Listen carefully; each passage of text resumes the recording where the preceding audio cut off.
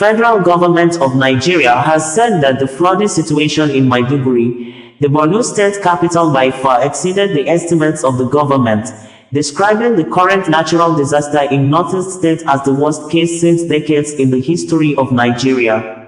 Vice President Kashim Shettima made this known on Tuesday when he visited Borno State to carry out spot assessment of the level of damages and remedial actions to the flood disaster in the state capital, Maiduguri, which numbers of houses, roads, bridges and public buildings including zoo have been submerged by floodwater caused by the collapse of the Alau Dam.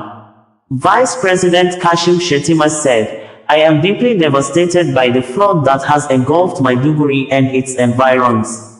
My heart goes out to the families who have tragically lost their homes and livelihoods in this calamity. Our grief is shared, but so is our resolve to offer support and comfort as you begin to recover from this disaster.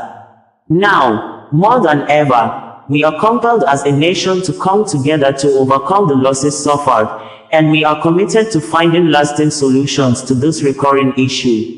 The flood, which began over the weekend and worsened in the following days, was the direct result of excess water from the Alau Dam. The collapse of the spillways unleashed a significant surge of water downstream, causing widespread flooding in the surrounding communities.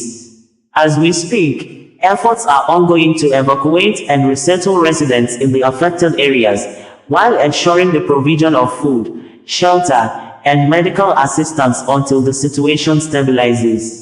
In response to our 2024 flood outlook, we had implemented comprehensive contingency plans and adopted proactive measures to mitigate potential impacts. Despite these preparations, the severity of this flood has far exceeded our estimates, marking the most catastrophic flood in Maiduguri in over 3 decades. The flood's unprecedented scale has presented challenges beyond our previous experiences. Nonetheless, the federal government remains determined in its commitment. As with other states facing similar crises, we will continue with the plans previously initiated in collaboration with the Borno state government. We are resolute in mobilizing all necessary resources to ensure the safety and support of affected persons and areas. This disaster serves as a sobering reminder of the increasing threats posed by climate change, not just globally, but particularly to regions like ours. Nigeria's vulnerability to flood disasters has been highlighted time and again, as witnessed during the devastating floods of 2012, 2018, and 2022. The factors contributing to these recurring disasters are diverse, and it is for this reason that President Bola Tinubu has developed a comprehensive roadmap to address these challenges head-on. In light of data gathered by our emergency response agencies and early warning centers, the government has intensified its interventions in flood-prone areas. These areas, characterized by erratic rainfall patterns and complex river basin dynamics, have been prioritized in our flood mitigation strategies to safeguard communities, protect agricultural zones, and reinforce critical infrastructure. I would like to take this opportunity to commend the government of Borno State for its swift and effective response to this tragic situation.